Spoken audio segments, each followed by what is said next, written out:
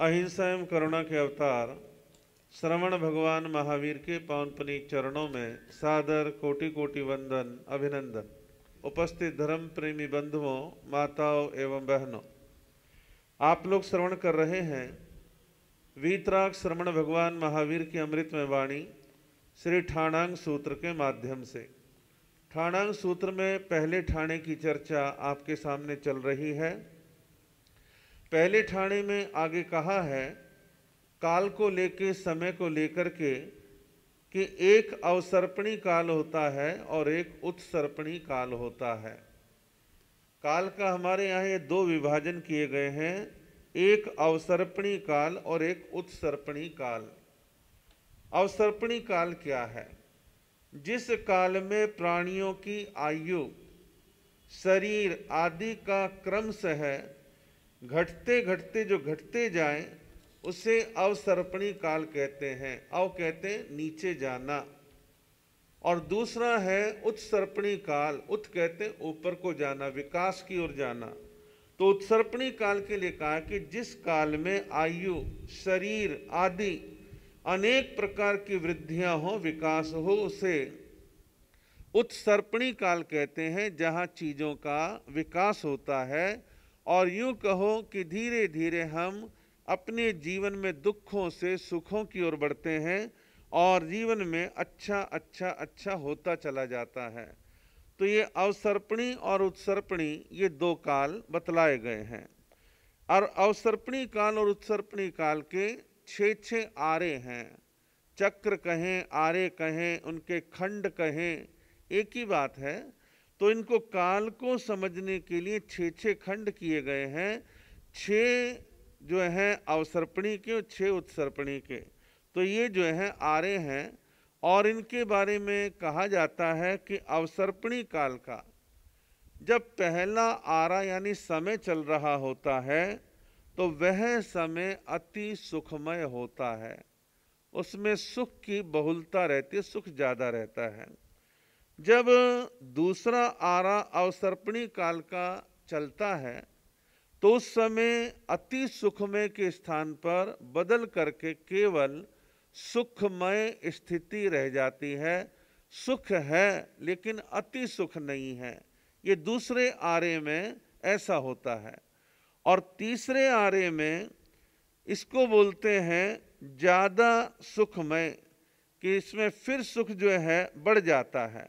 और चौथे आरे में कहा है सुखमय दुखमय, सुख और दुख दोनों मिले जुले से रहते हैं। ये चौथे आरे की स्थिति रहती है। तो चौथे आरे में सुख और दुख का मिश्रित रूप रहता है, और 5वें आरे में दुखमय होता है। सुख गायब हो जाता है, दुखों की बहुलता बढ़ जाती है। तो अवसर्पणी काल का 5वां आरा जो होता है वो दुखमय आरा कहलाता है। और उसका 6ठा आरा जो होता है वो होता है अति दुखमय। उसमें बहुत पीड़ा, बहुत दुख जो हैं वो बढ़ जाते हैं। ये सब क्या है? अवसर्पणी काल, जिसमें धीरे धीरे हर चीज में गिरावट आती है। दुख तकलीफें बढ़ते बढ़ते बढ़ते काफी बढ़ जाती हैं। ठीक इसके विपरीत है उत्सर्पणी काल। उत यानी ऊपर की ओर जाना, विकास की ओर जाना। तो यहाँ उत्सर्पणी काल के भी 6 आरे बतलाए हैं। पहला जो आरा उत्सर्पणी काल का होता है वो होता है अति दुखमय। उसमें दुख की मात्रा ज्यादा रहती है। फिर उसका जो दूसरा आरा आता है, फिर वो अति दुखमय से आ जाता है केवल दुखमय, कि अब अति हट गया, केवल दुख रह गए कि दुख है। फिर उत्सर्पणी काल का तीसरा आरा आता है दुखमय सुखमय। उसमें दुख और सुख जो है मिले जुले से रहते हैं। फिर उत्सर्पणी काल का चौथा आरा आता है ज्यादा सुखमय, कि उसमें सुख की मात्रा बढ़ जाती है। फिर उसका 5वां आरा आता है सुखमय, कि सुख होते हैं, दुख नहीं होता, सुख होते हैं। और उत्सर्पणी काल का अंतिम 6ठा आरा आता है अति सुखमय, कि सुख की मात्रा बहुत बढ़ जाती है, सुख ही सुख चारों तरफ रहता है।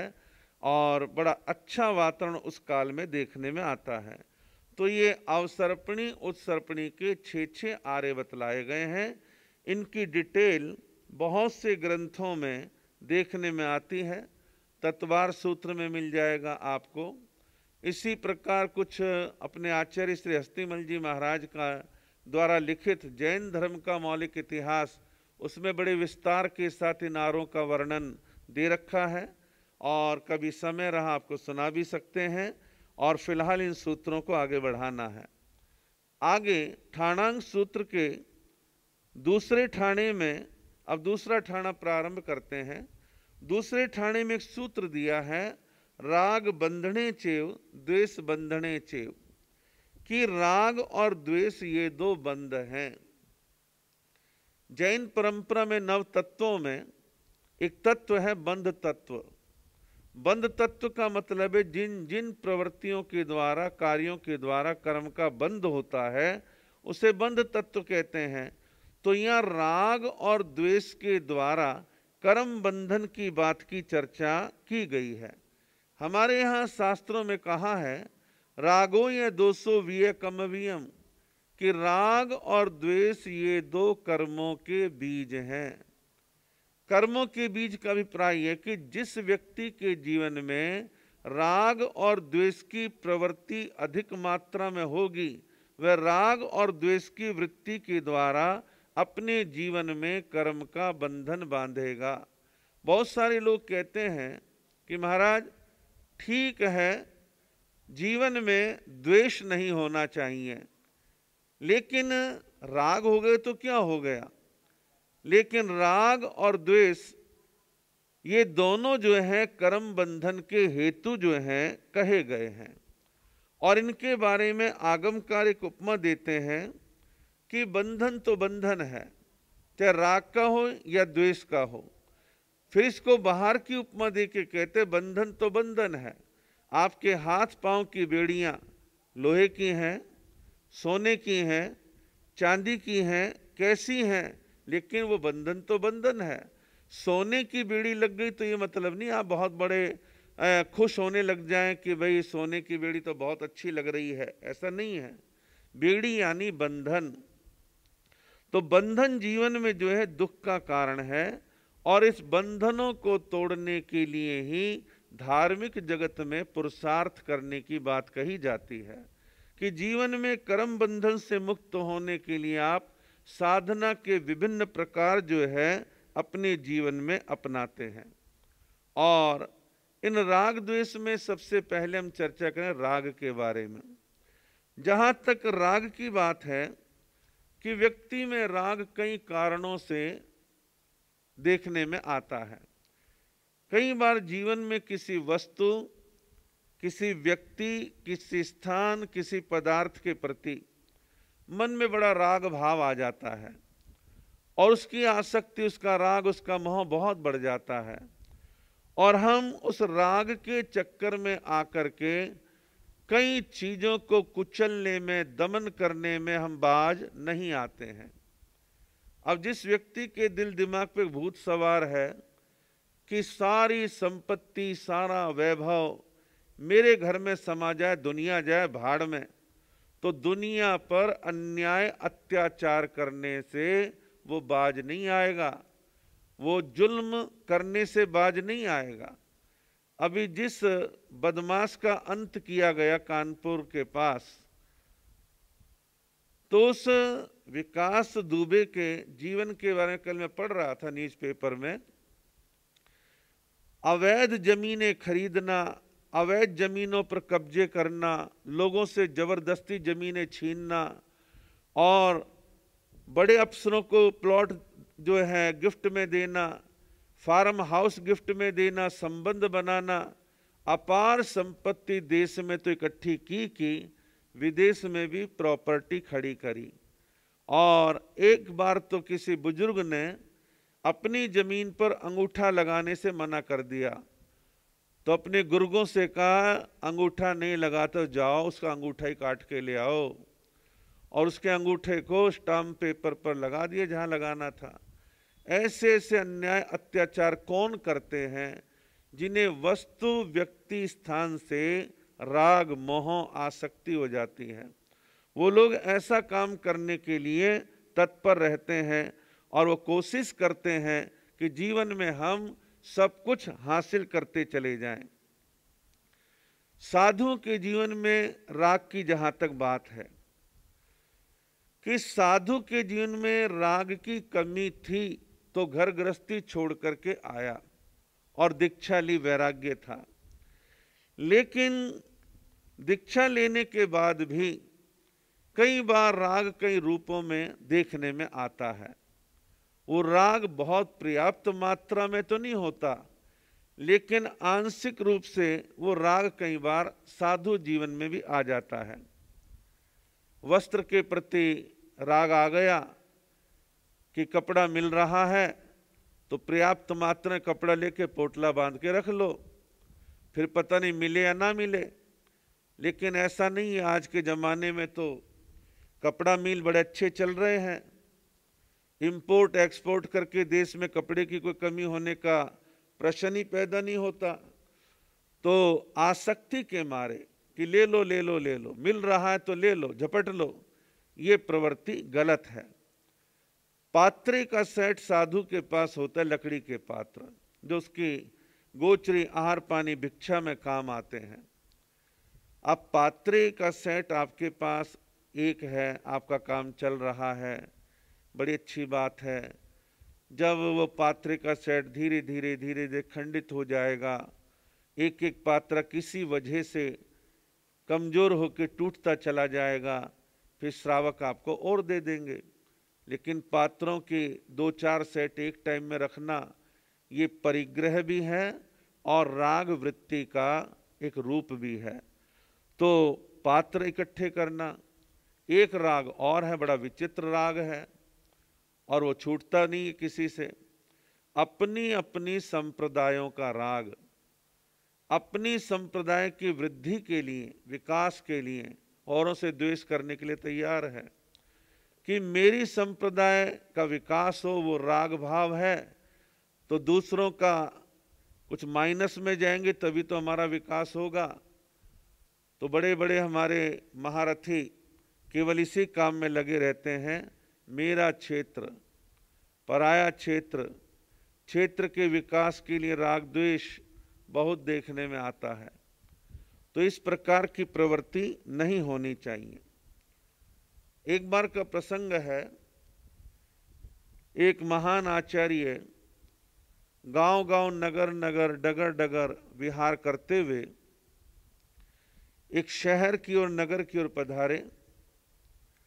शहर वासियों को मालूम पड़ गया कि आचार्य अपने शिष्य समुदाय सहित आ रहे हैं। तो नगर निवासी लोग उनके दर्शनों के लिए, उनकी अगवानी के लिए आगे गए और वंदन नमन करते हैं, नगर में पधारने के लिए उनका स्वागत करते हैं।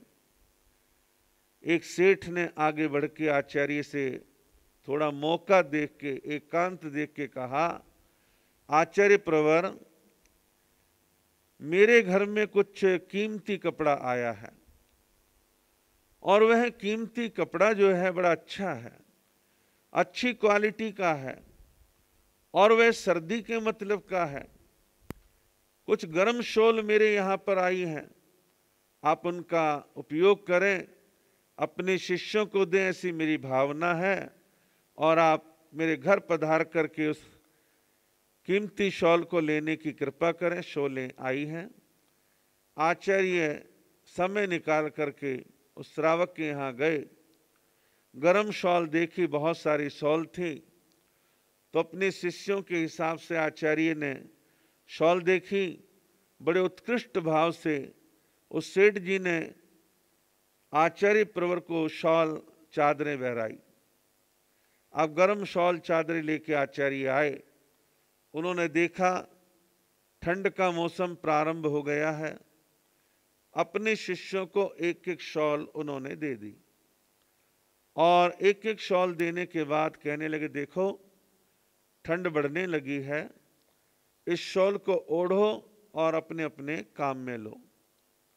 सभी जो है शिष्य बड़े प्रसन्न हैं, आचार्य ने बड़ी कृपा करी और शॉल लेकर के सभी संत उसको उपयोग में लेने लगे, ओढ़ते हैं, काम में लेते हैं।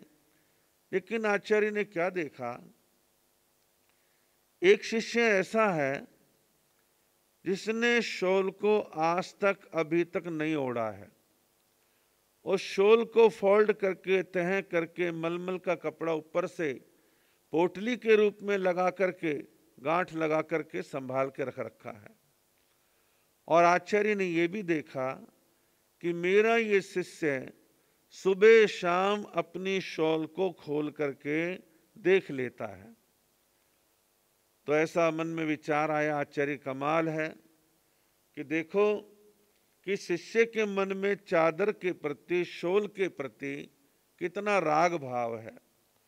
ऐसा सोचकर के आचार्य ने सोचा, मन में विचार करके देखो, अच्छे खानदान, अच्छे परिवार का ये साधु है, इसके परिवार में कहीं किसी प्रकार की कोई कमी नहीं थी। माता पिता थे, काम धंधा अच्छा था, रुपया पैसा था, भाई बहन थे, सब कुछ था, सब छोड़ के आ गया, सारा राग छोड़ दिया, लेकिन शॉल के राग में फंस गया।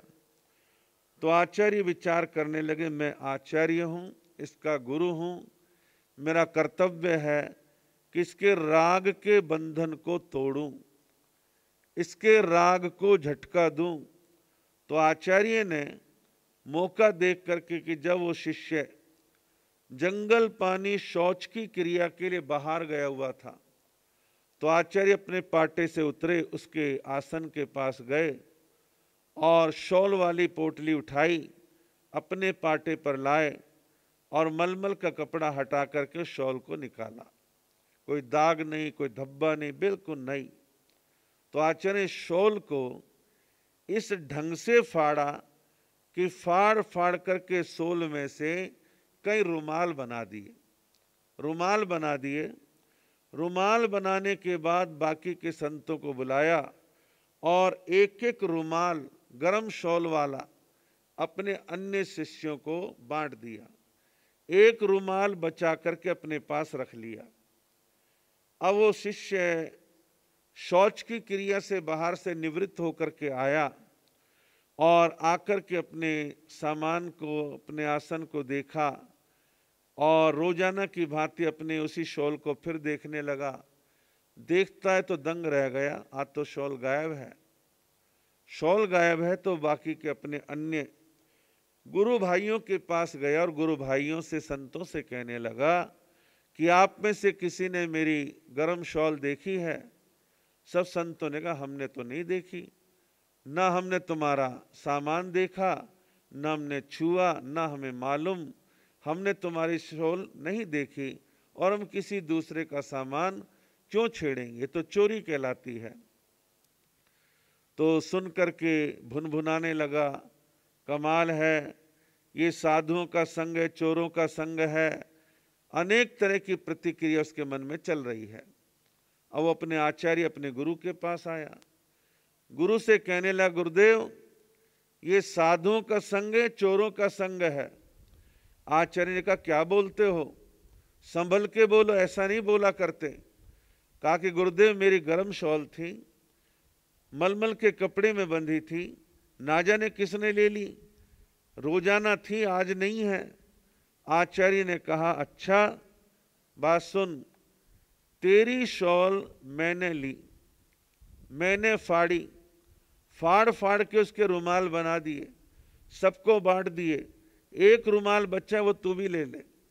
इतना सुनना था, उसका पारा और हाई हो गया। कहने लगा गुरुदेव आप कैसा काम करते हो, किसी दूसरे का सामान छूते हो, आपको ऐसा नहीं करना चाहिए था। अनेक तरह के उपालंब देता है, गुस्सा करता है। थोड़ी देर के बाद जब उसका गुस्सा शांत हुआ तो आचार्य ने बड़े प्यार के साथ, स्नेह के साथ उसे समझाया।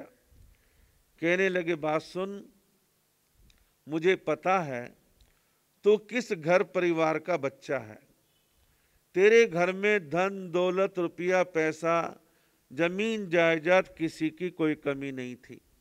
माता पिता तेरे थे, भाई बहन तेरे थे, मित्र तेरे थे और सब कुछ तेरा था। तू साधु नहीं बनता तुझे भी अच्छी प्रॉपर्टी मिलती, अब तू साधु बन गया।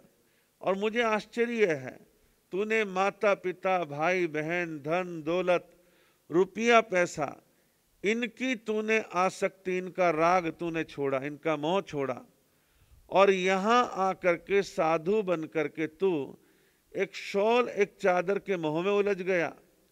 शॉल को तू ओढ़ता नहीं था, रोज संभाल के रखता था, तेरा राग उसके प्रति पैदा हो गया था। मैं तेरा गुरु हूं, तेरा आचार्य हूं, मेरा फर्ज है, मेरा कर्तव्य है तेरे राग को तोड़ना, तेरे राग को भंग करना। तो आज मैंने वही काम किया है।